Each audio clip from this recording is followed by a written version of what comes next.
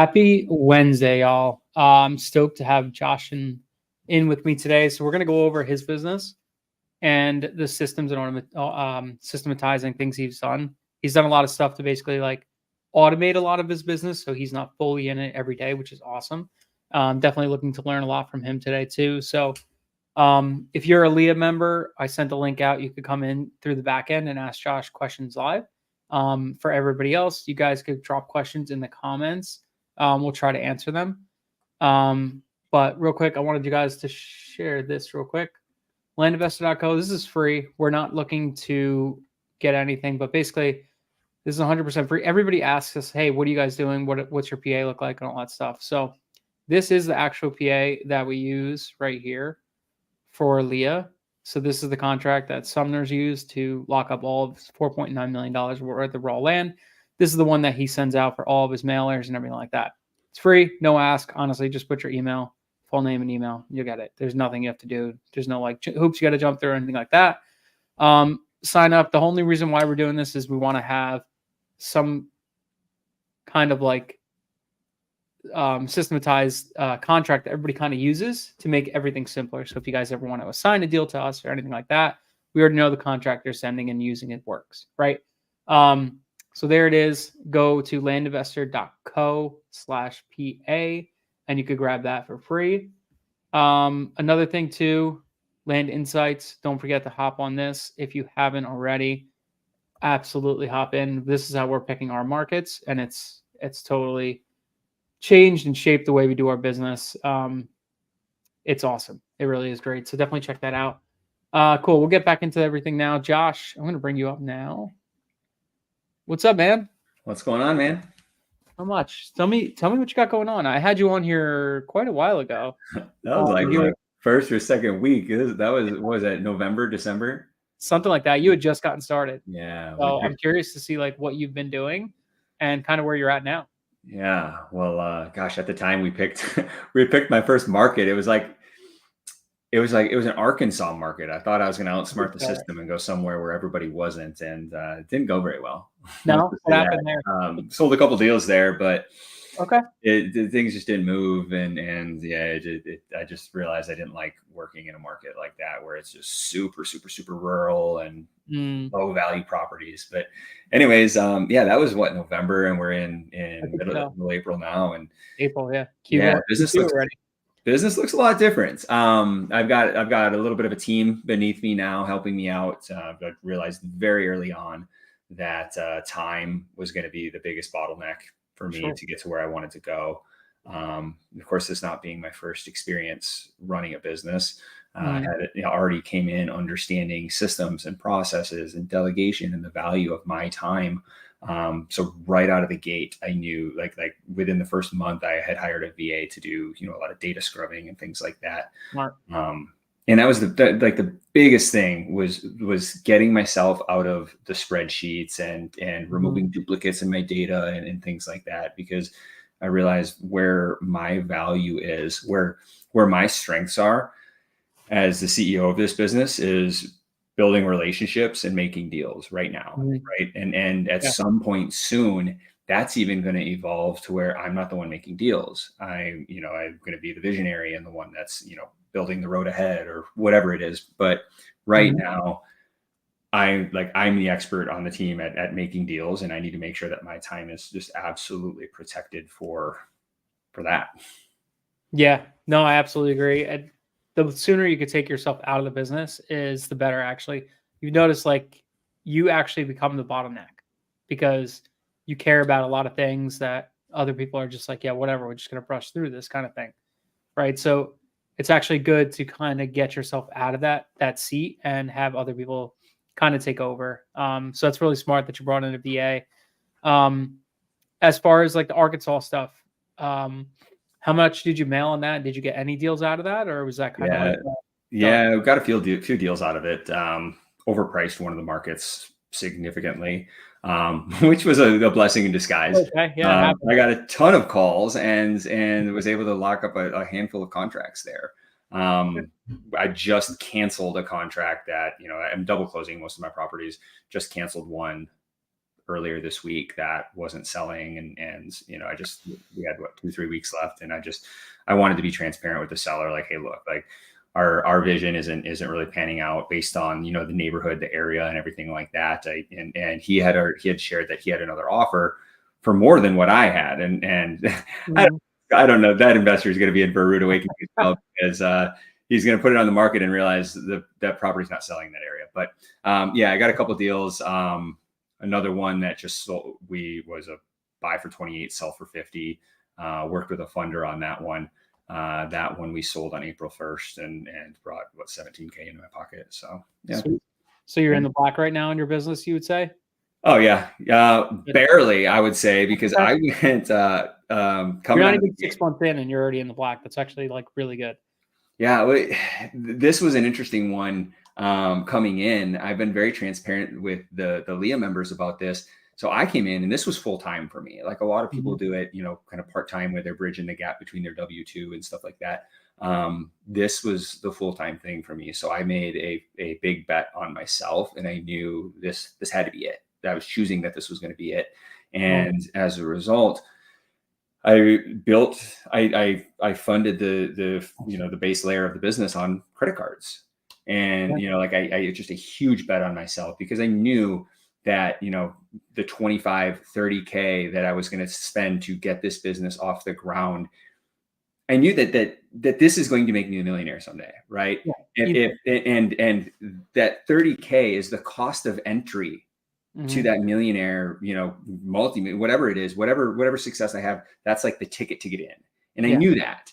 And so I bet on myself there, which was very scary. I doubted that quite a bit. Yeah. One of the wildest things was completely underestimating the length of the sales cycle, the deal cycle, right? Like, I get my first deal, I acquired my first deal, and I'm celebrating like I'm making money now.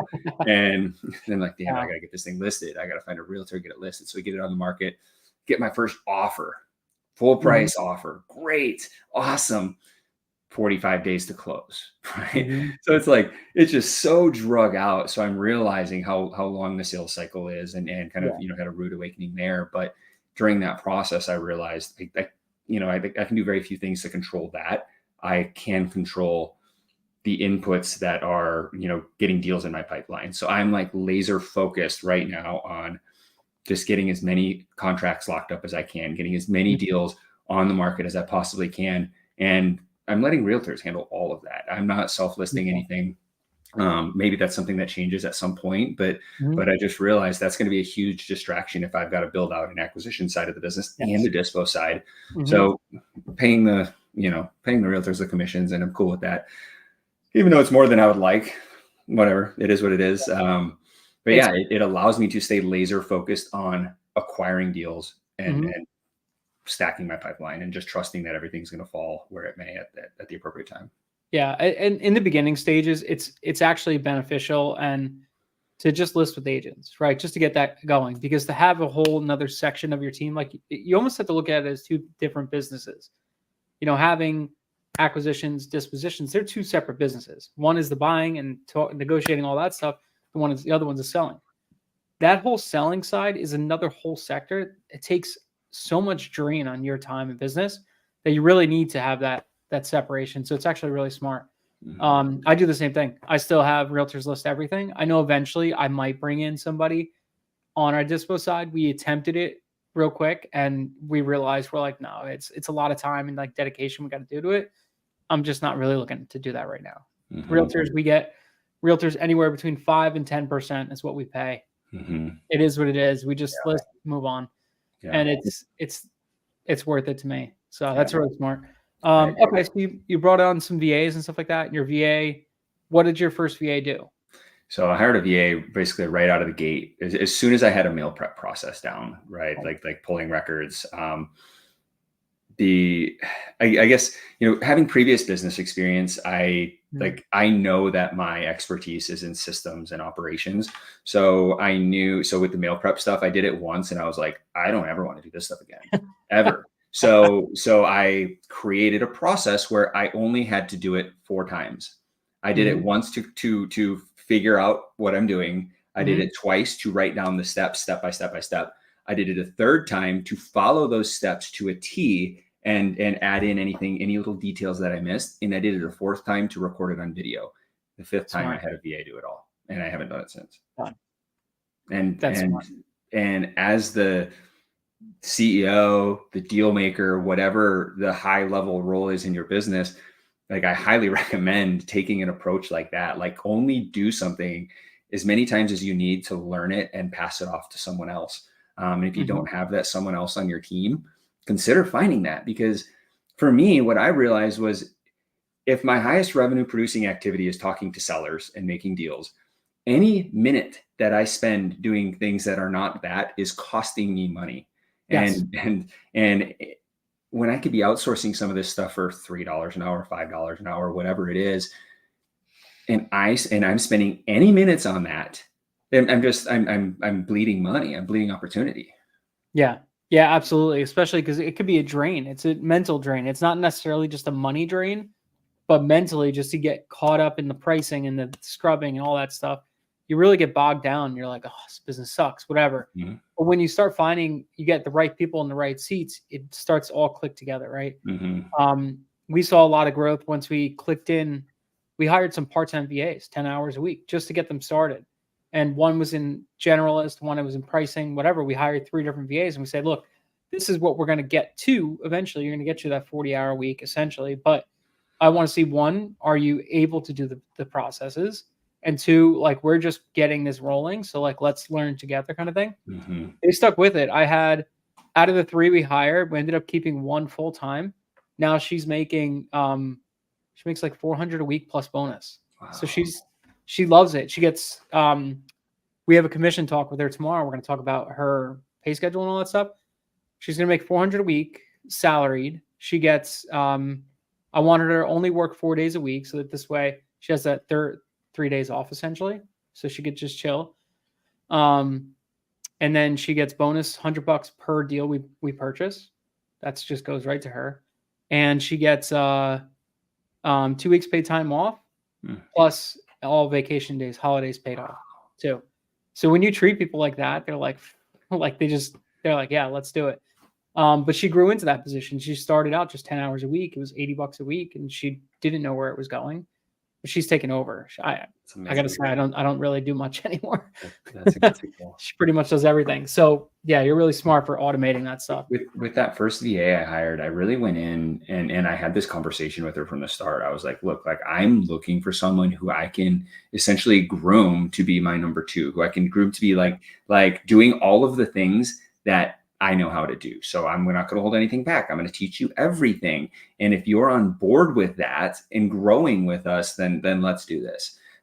She told me what she wanted to make. And I said, look, we're not going to start you at that. We're going to put you on a path to get you there. Perfect. Right. And it's been incredible. And now what's happening is I'm able to, 1, create an opportunity for her to make good money to provide for her family, for her kids and everything like that, with the freedom and flexibility to work from her home. So me hiring this VA, it's not just for me. Like I'm actually able to provide opportunity for people that, like if I were to, stay in the spreadsheets myself and think, oh, I need to do that. I'm actually depriving these people of really good opportunity that they're actually more qualified for than me. Yeah. Yeah. I agree 100%. That's awesome. So besides the spreadsheets and stuff like that, what other processes have you started like automating? So I had her also do comping and lead intake as well. I just realized, for, the 15 minutes that it takes to intake a new lead and comp the property or whatever, again, it was pulling me away from other work I could be doing. And as we start, if we start to get 4, 5, 8 leads a day or whatever it is, when we get to that point, I won't have that kind of time. So I wanted to get her started with that early on. So that's mainly what she's doing there. And she's doing about 15, 20 hours a week. I just recently read the book, Buy Back Your Time by Dan Martell. Highly recommend it.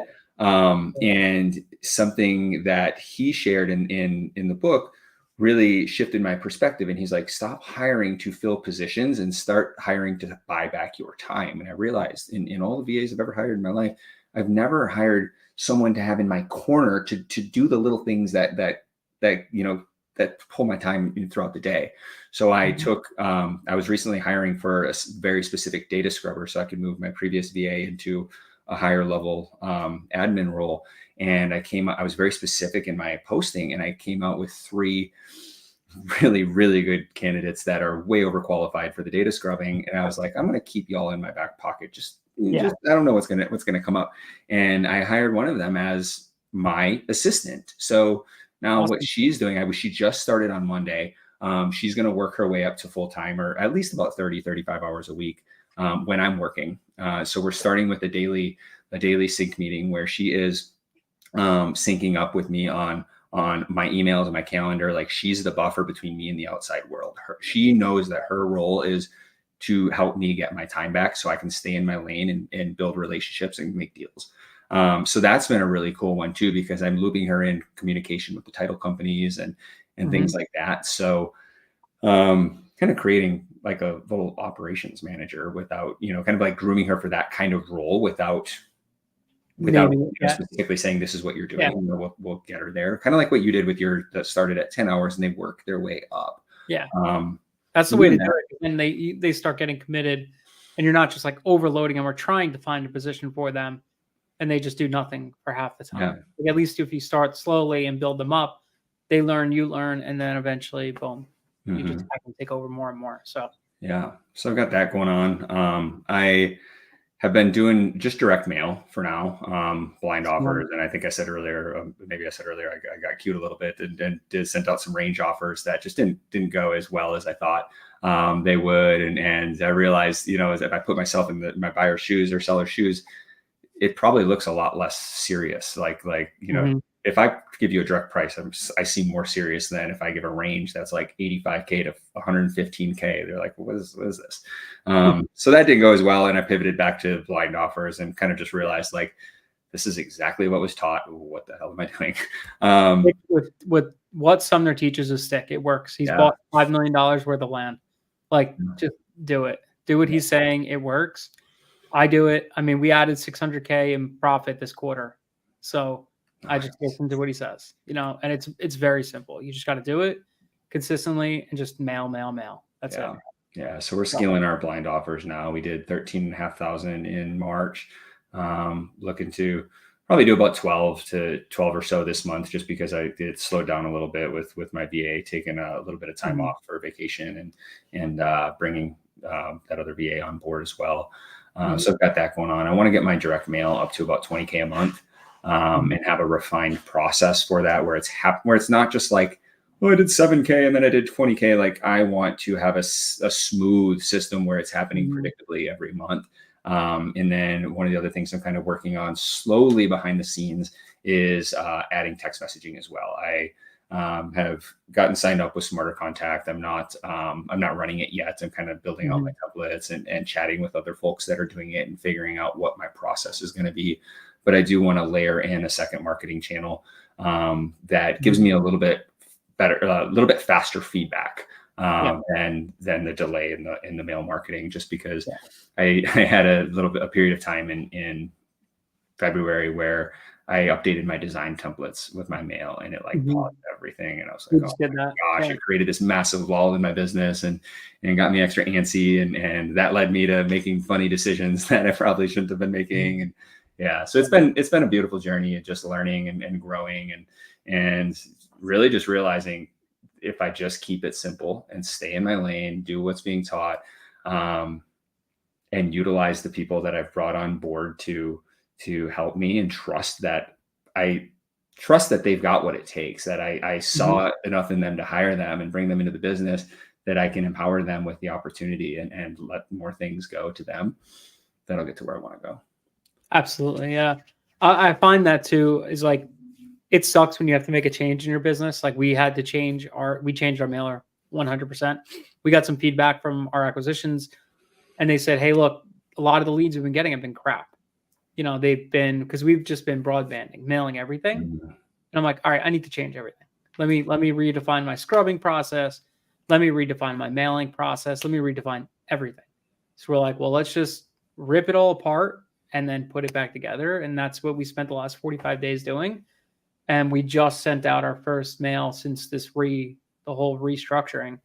But now we're a lot happier with our pricing, our scrubbing. We're scrubbing almost like 60%, if not more, of all data sets out, like getting rid of it. Wow. So we're really getting to just the good and the prime properties that we're mailing. It's definitely not a beginner move. Don't anybody try to do this. If you're just getting started, just broadband it. We still put 600K in our last quarter, just broadbanding it.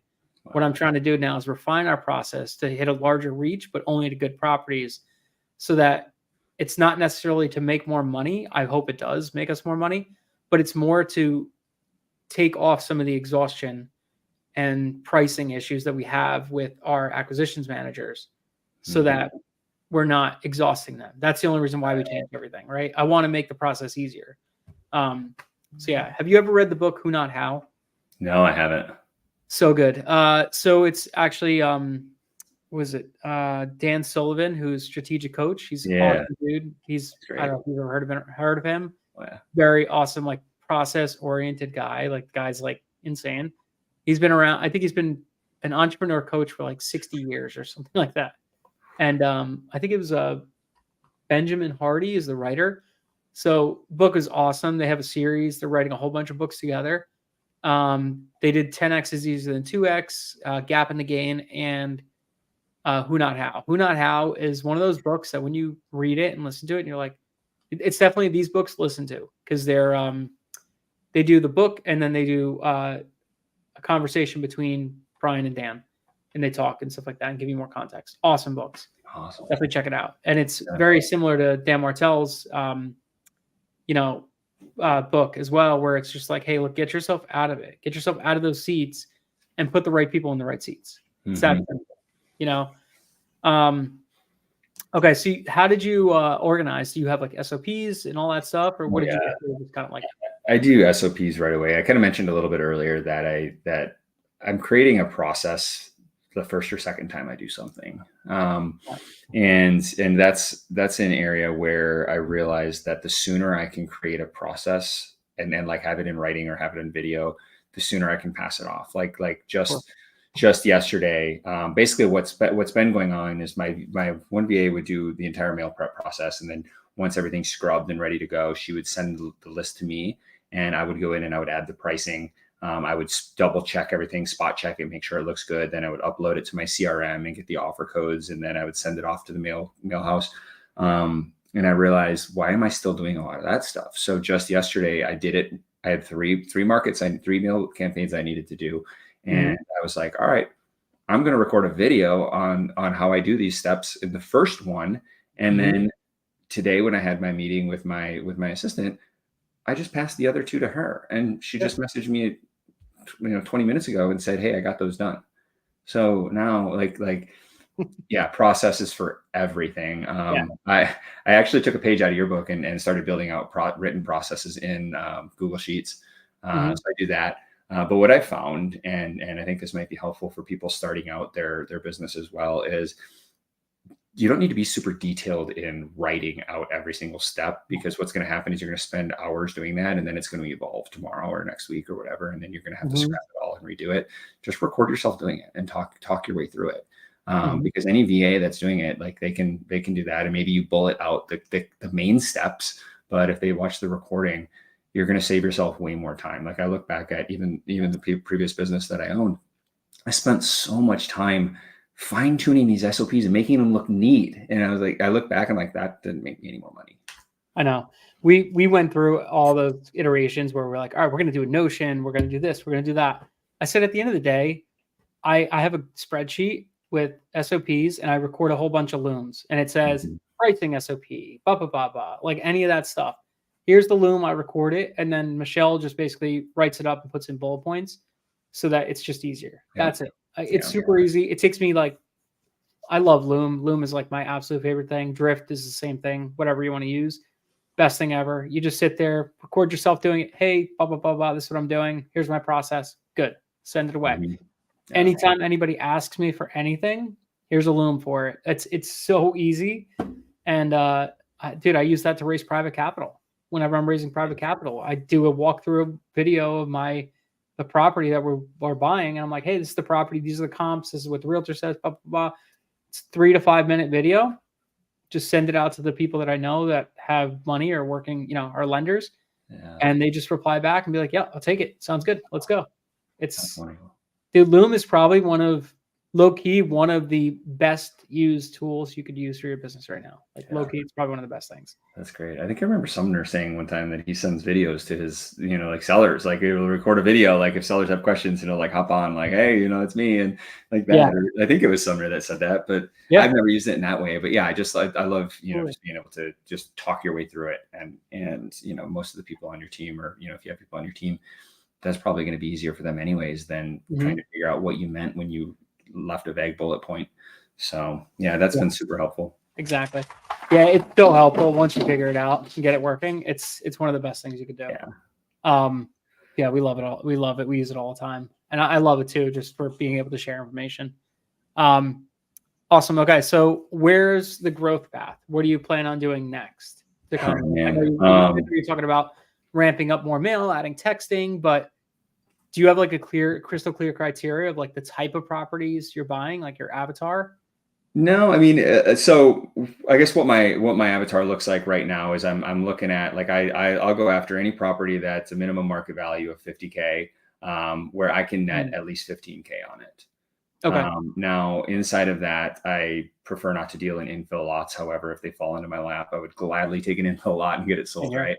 I'm an opportunist, so I'm going to be selective about where I market and go after things. But if things come to me, I will find a way to make it work. And that's where, I guess that's something that I'll share too, is that's something that really helped me find success very early on is being an opportunist in, if I couldn't make a deal pencil at 50% of market value, I can always come back to, I just need to net 15K on a deal to make it work. Because when I underwrote my goals, when I started my business, it was based on a bunch of 15K deals. If every deal I got was just 15K, I would need to have this many deals a month and that to get to where I want to go.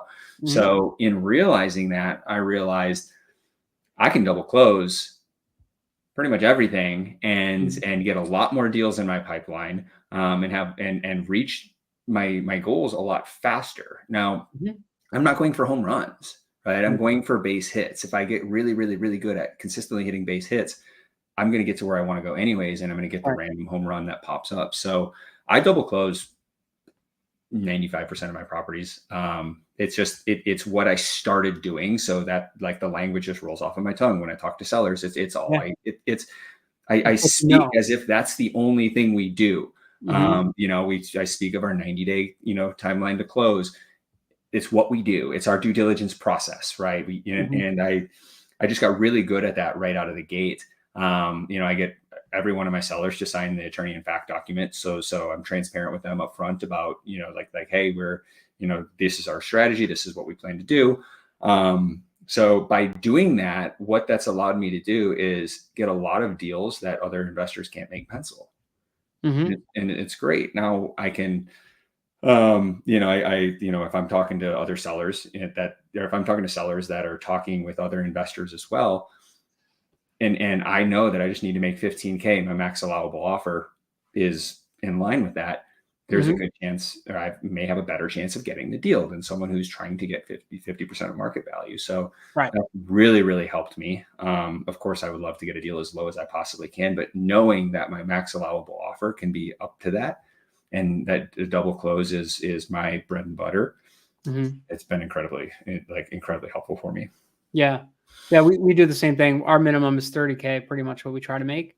Obviously, if we get an offer sent over to us and it's only 25K profit, we're still going to take it. Right. Yeah. Right. But it's not like, when we're marketing, we only market the stuff that has a market value of like 80K or more, so that we know that what we're getting, whatever. Right. And we also do minimum profit sometimes when we go to mail certain like really busy markets. We'll basically mail them at a percentage that is a minimum profit that we make. So where most people are offering like 50%, we might be offering like 80% of market, but we still make 30K. We're happy. That's kind of like an edge that we have. The difference is, though, we're buying it and we're putting a lender in there, just because I have access to capital. And we list a lot of properties as double closes, but more than likely, like it's more to gauge interest. So after 21 days, we're like, not a lot of interest. If we have a lot of interest, then we'll actually buy it. If we don't, we'll just maybe cancel or extend it, depending. But yeah, dude, that's definitely the way. And it's smart to have that crystal clear criteria of what you're trying to make a minimum profit. So now you know, like, if the deal comes in, it's less than this, it's not really going to work, you know? Yeah. I looked at a handful of the deals that caused me trouble early on, and it was because I said yes to the infill lot, or I said yes to the deal that, you know, it was a crappy property. And I was like, but I could probably make a little bit. And that was the thing, coming in new, I didn't understand it like that. I was new, and I'd hear y'all say, I don't go after anything less than 15 or 20K. And I was like, but bro, you don't get it. I'm floating this business on my credit card. I haven't gotten paid in months. I would love to have 5K in my pocket right now. It'd do wonders for me and my family. Those are the ones that ended up causing me problems. They cause problems, and then the problem is there's no room for negotiation. When it's listed and you're not getting a buyer, I have to cancel the contract because I can't drop it down any lower. So exactly, we had one, actually, it does suck, but I don't care because my lender got paid back. We had the one that sat on the market. It went under contract. Buyer was ready to go at 130 something. Great. We would have made like 40 grand. I'm like, this is an awesome property. Took us like a week to get there. Great. They go through the whole process. Right at the last day, they canceled. They said they couldn't get their funding. Crap. Go back on the market. We get another offer pretty much right away, but it's lower. It's like 120K. I'm like, just do it. They did the same thing. 4 months though, because it was a USDA loan. They went through the whole process. Last day, they're like, can't get our funding. Can't get the USDA funding. We tried Agland, couldn't get that funding. Got to cancel. So I made $2,500 on EMDs and whatever, but now we just signed a contract to actually sell it. Hopefully this guy actually goes through 30-day close, blah, blah, blah. But we're selling it for 91. We're going to make like $1,000 on the property. It sucks. Yeah. But the thing is my lender's making money. My realtor's making their money. That's fine. I don't care. At the end of the day, it's just off my books. Right. And it sucks. But like, if I didn't have that room to negotiate and come down like that, I would have just been totally screwed, you know? Yeah. So that's why you got it, especially if you're putting a lender in and all that stuff, you got to have room. But 15K, like you could come down 10K, say, hey, look, I'll make this work, come down 10K, make 5 grand. At least you make 5 grand, right? But having that guideline in there, I know a lot of people like, they want to make $1,000 per deal. It's like, you're going to just set yourself up for failure. You don't have any room to negotiate. So if you just want to make $1,000 per deal, I will pass it to me. I'll get it sold and I'll pay you $1,000 assignment fee for every single deal. Like, I mean, if that's what you want. Like, I would love to do that. That's the thing is I, like, now that I know, I was looking at my KPIs earlier, and my cost per contract was like $1,100, maybe 1,000. I can take a look right now, actually. That's super cheap. And let's see here. Yeah. Cost per signed PA. Okay. Actually, it's 1,600 right now. It went up a little really bit because I dumped a shitload into marketing last month. 13,000 letters that haven't returned haven't gotten responses on those, but it was like 1,100 until like 3 weeks ago. But when I know that, now I know, okay, if I can buy a contract at $1,100 or, anywhere in that ballpark, where I don't have to do the work on the front end, like, that's great. So anybody that's looking to assign a deal, that's where I made a post in the Leo group a couple of weeks back about, if anybody's got deals that they can't make pencil, like, let me take a look at it. And if I can make it work, like, I would be happy to JV it with you or assign with, pay you an assignment. And it's been great because I have, I use the double close strategy that not everybody is comfortable using. And when I do that with someone, what I do is I pull back with JV or whatever, I pull back the curtain, I show you, I record my conversation with the seller so you can hear it. I loop you into the conversations with the realtor so you can see how I frame exactly what we're going to be doing with a realtor, how I never get turned down by realtors when I want to double close.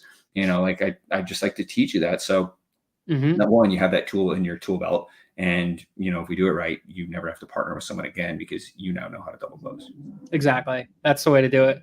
We bought I think 3 deals last month from other people inside the Discord that they just had deals. They needed money now. So one deal we bought for seller wanted 49,000. The person could have come up with the money within 21 days. We reached out, we paid him $5,000. So we bought it for 55. We have it listed for 90. I don't know if it'll actually sell at 90. We might settle and only make like, I don't know, $5,000, $7,000. But at the end of the day, it was an extra deal that it didn't cost us any acquisition time to get it. That's why I was like, I don't mind doing that. You know, we listed it high. Maybe it'll go, maybe it won't, whatever. But we have 2 other deals just like that, you know, and it's good for the people that are selling it to us because, hey, you get $5,000 back in your pocket. It costs you $1,000 to get the contract. Well, you made a 4x ROAS. So if you have too many deals, a lot of times that helps too. Yeah. Well, and there are people out there that, you know, outside of this group for sure, but that just they're wholesalers and they only, you know, I talked to a guy on the phone a week or 2 ago, and he was a wholesaler, and we were talking about how we could possibly work together. And I was like, ideally, like, what would you like to make on your deals? And he's like, honestly, 5K is great, but if I can make a quick 2 or 3K, I'm happy. So what this guy does is he gets a deal. Let's say he gets a 60K deal. He gets it at 30K, and he goes and puts it on his website for 37 to 40K. So he's wholesaling this thing out to someone else who's going to take and do exactly what I'm going to do. And I'm like, look, you just want 2K. Let me JV on those deals with you, and I'll get you more than 2K. We can come up with a split that's fair. And you know, so there are a lot of people like everybody, what everybody desires in their deals is a little bit different. You know, for some people, like I won't take anything less than 30. I won't get out of bed for less than 20, whatever it is. And some people are like, I just need to make 3K on every deal, and I will just keep getting more and more and more deals as long as I don't have to sell them. They don't have to worry about funding or dispo or anything. They just have to worry about how can I get a contract and then sell that contract. Boom. Make $5,000, move on. You do 10 of those a month, you're doing pretty dang good, you know? Yeah. That's the whole thing. It's they're a volume game. Me, I personally would rather, dude, if I could get to the point where my deals are only 200K per deal spread, but I'm only doing like 3 of those a month, I would gladly just do that. I'll just do that all day.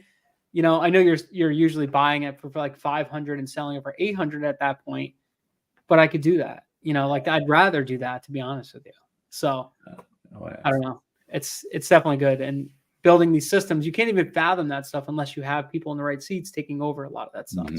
Well, and for me too, like having built and refined a process for dispositioning double closes in 90 days, right? So that comes down to qualifying a realtor. How do you qualify a realtor fast enough to get it? Because the one thing I can control in getting a double close sold in time is the time from when I get the contract signed until it's listed. That's the thing I have a lot of control over.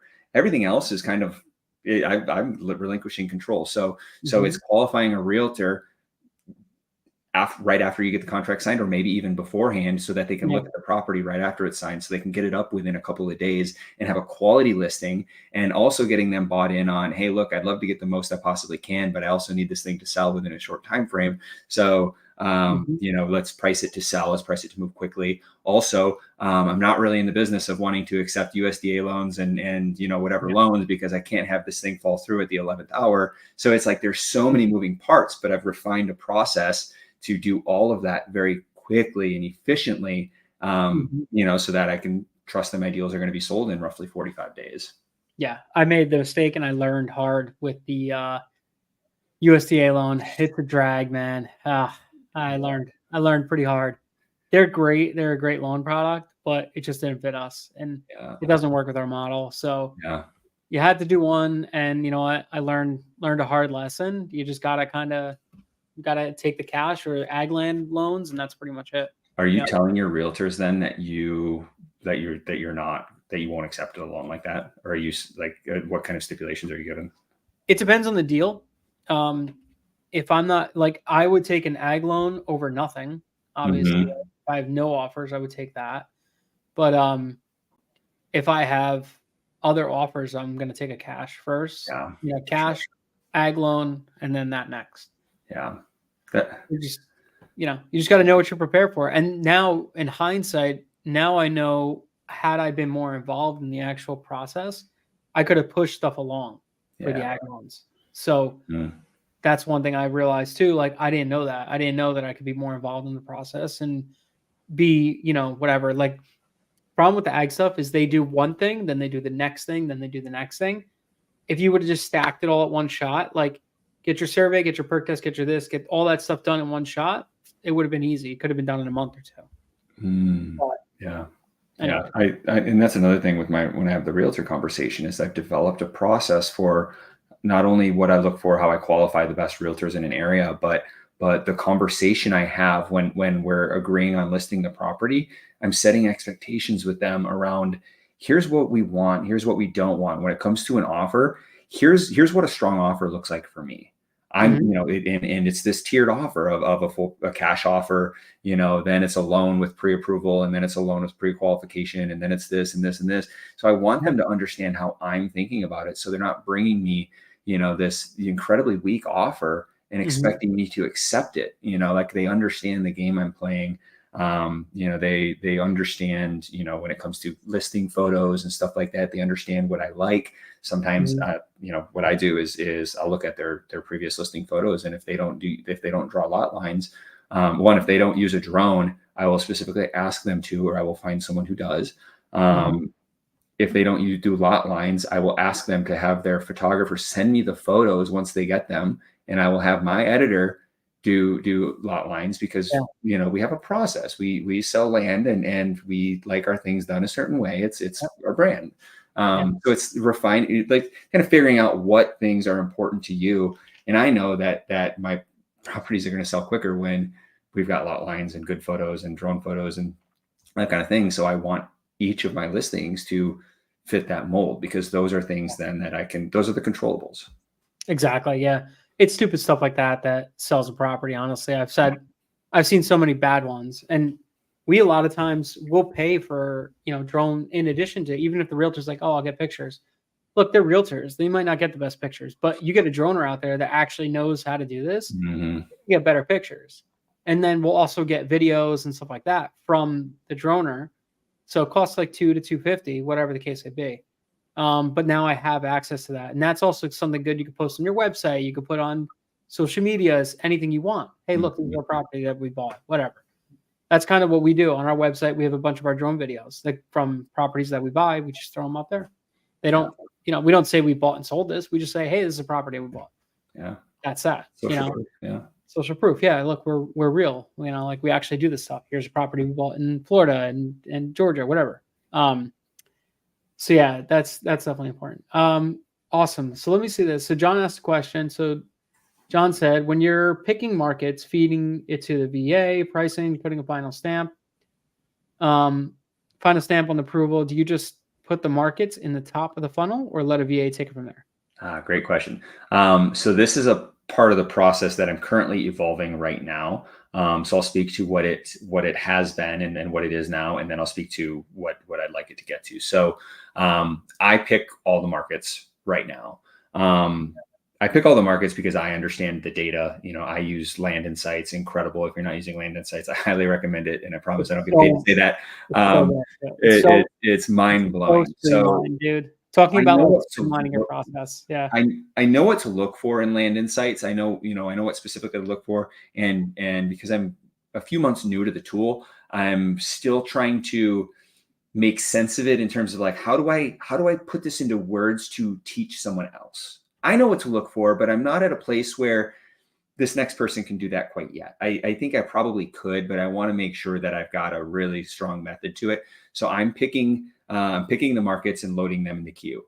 And then my VA, my list prep VA, she's going through and just working through that queue every day.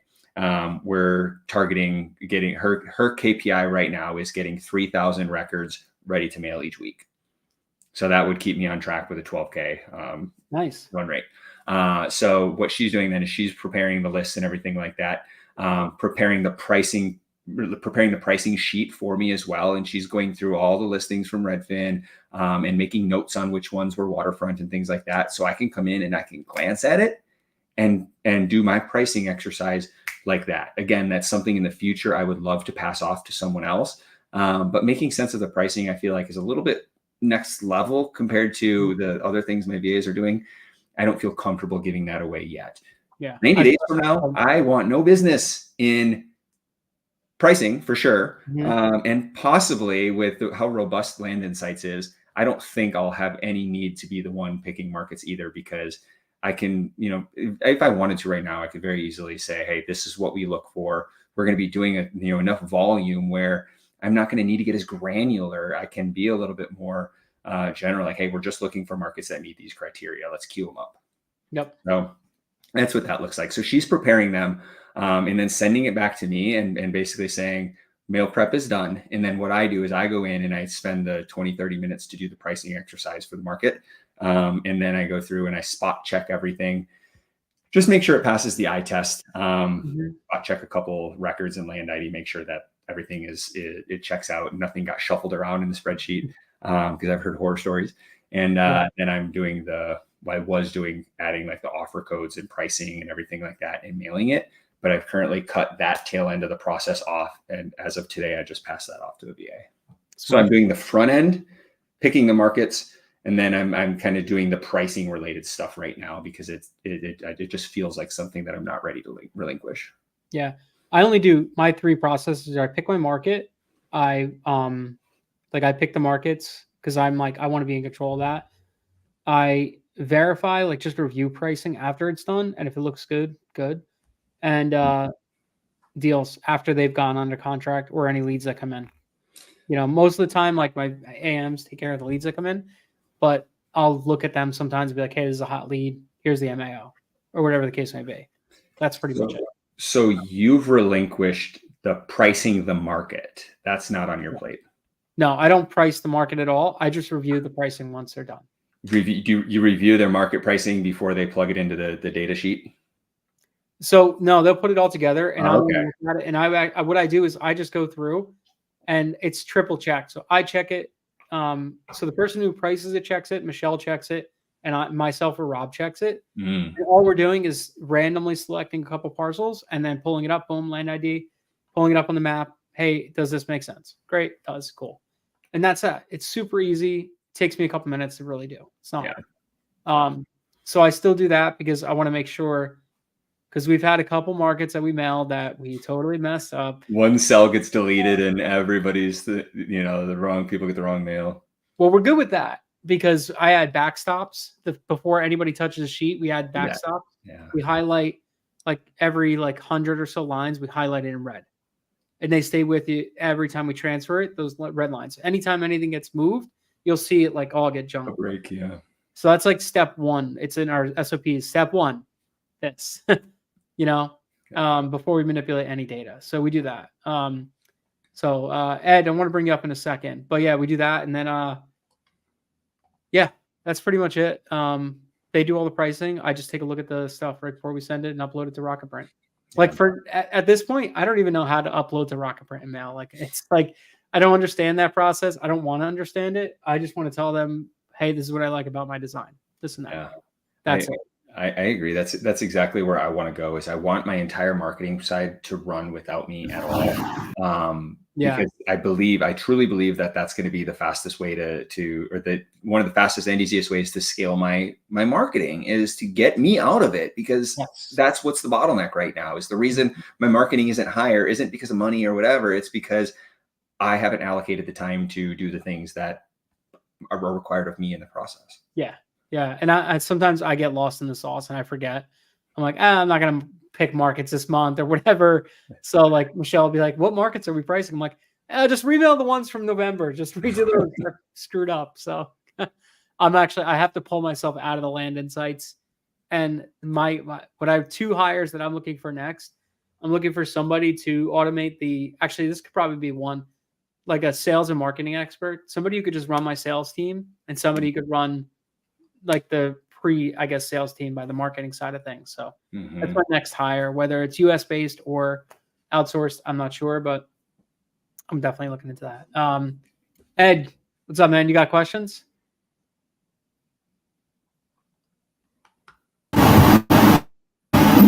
Yeah, I didn't have a question. I wasn't sure why you were going to bring me up. Oh, okay. No worries, Ed. Thanks. Jeff, you got a question, brother? See what happens. Hey, Jeff. How you doing, man? He'll come back.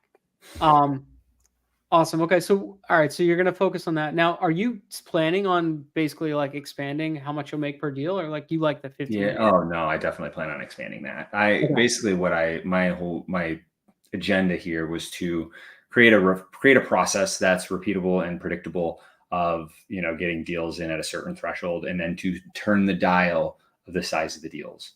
Right. And Sweet. then all while that's happening, I'm casting a bigger net in my marketing, which gives me more opportunities for those home run deals, the subdivides, or whatever Mhm. those bigger home run type properties are. So Yeah.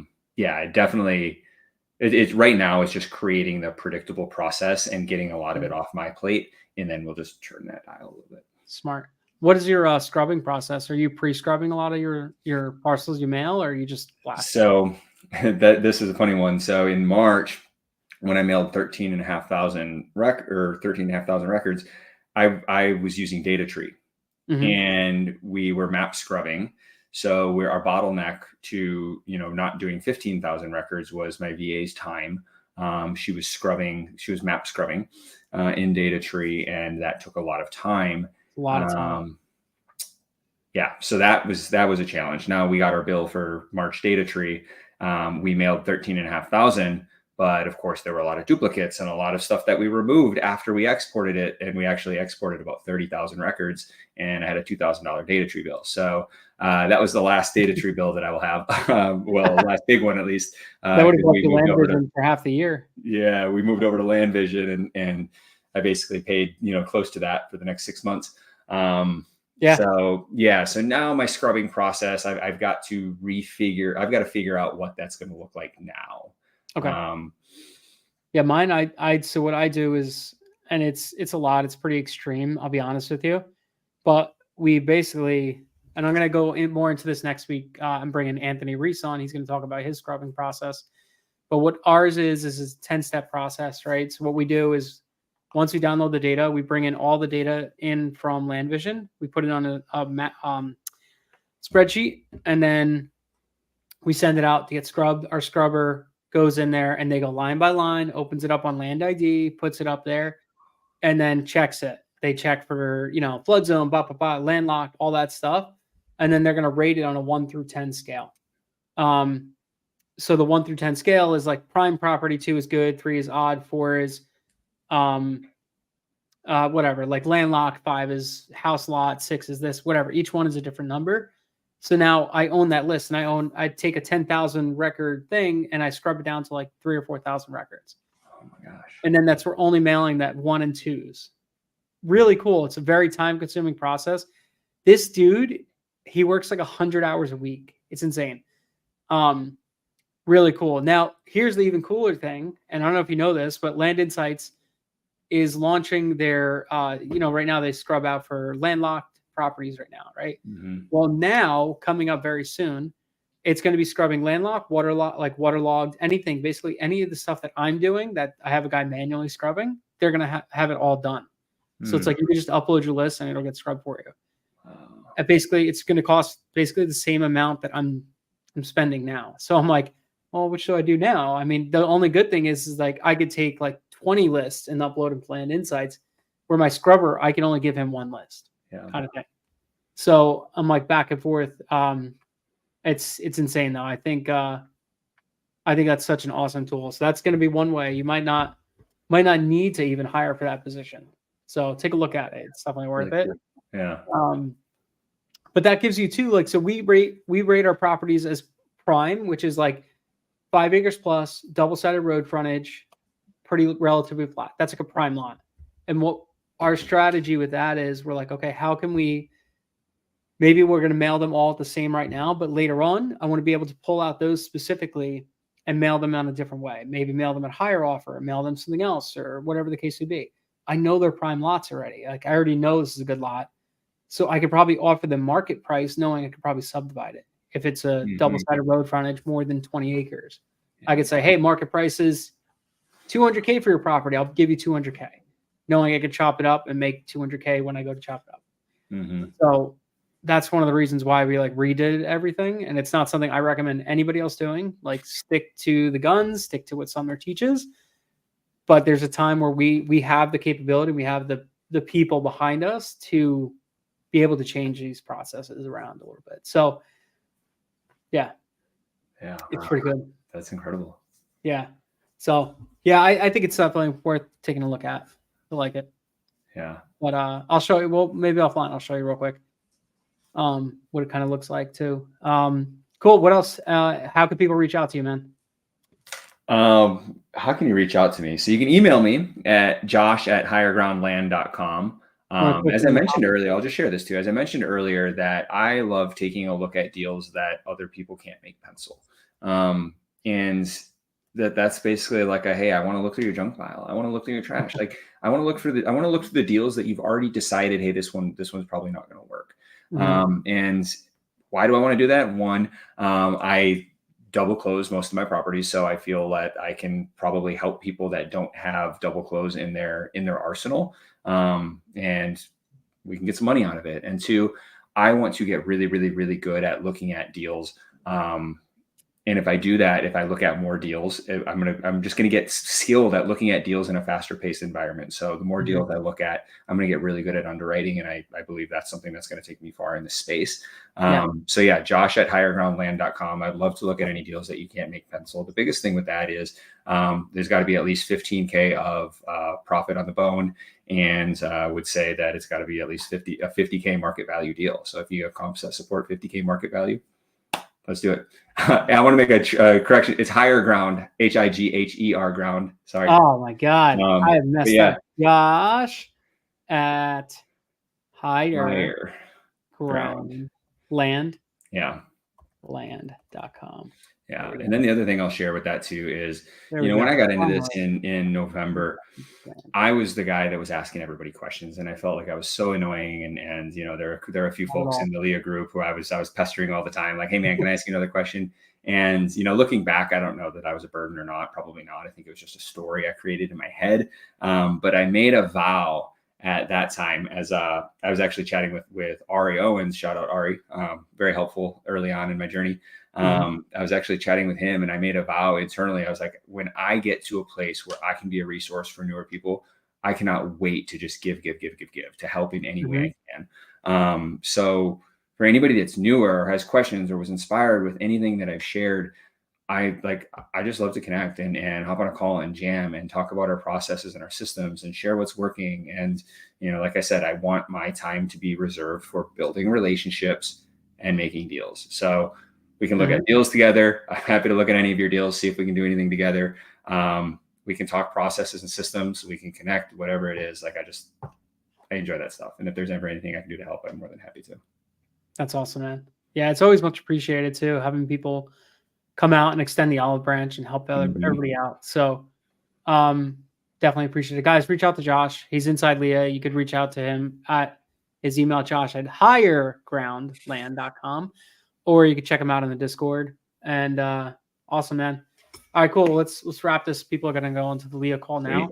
Appreciate you guys. Thank you for coming and hanging out, Josh. I'm excited to see your growth. I mean, it's crazy. Like 6 months ago, 5 months ago, where you started, now where you are. It's really good to see, man. Yeah, we've got 9 deals on the market right now with a net pipeline profit of 260. Boom! Look at that. I mean, in 5 months, it's crazy. It's insane. Not to mention the deals we've already done too. Yeah. So, dude, awesome. Congrats, man. All right, thanks for having me, man. Definitely. Thanks, man. Stay on here. I want to just show you.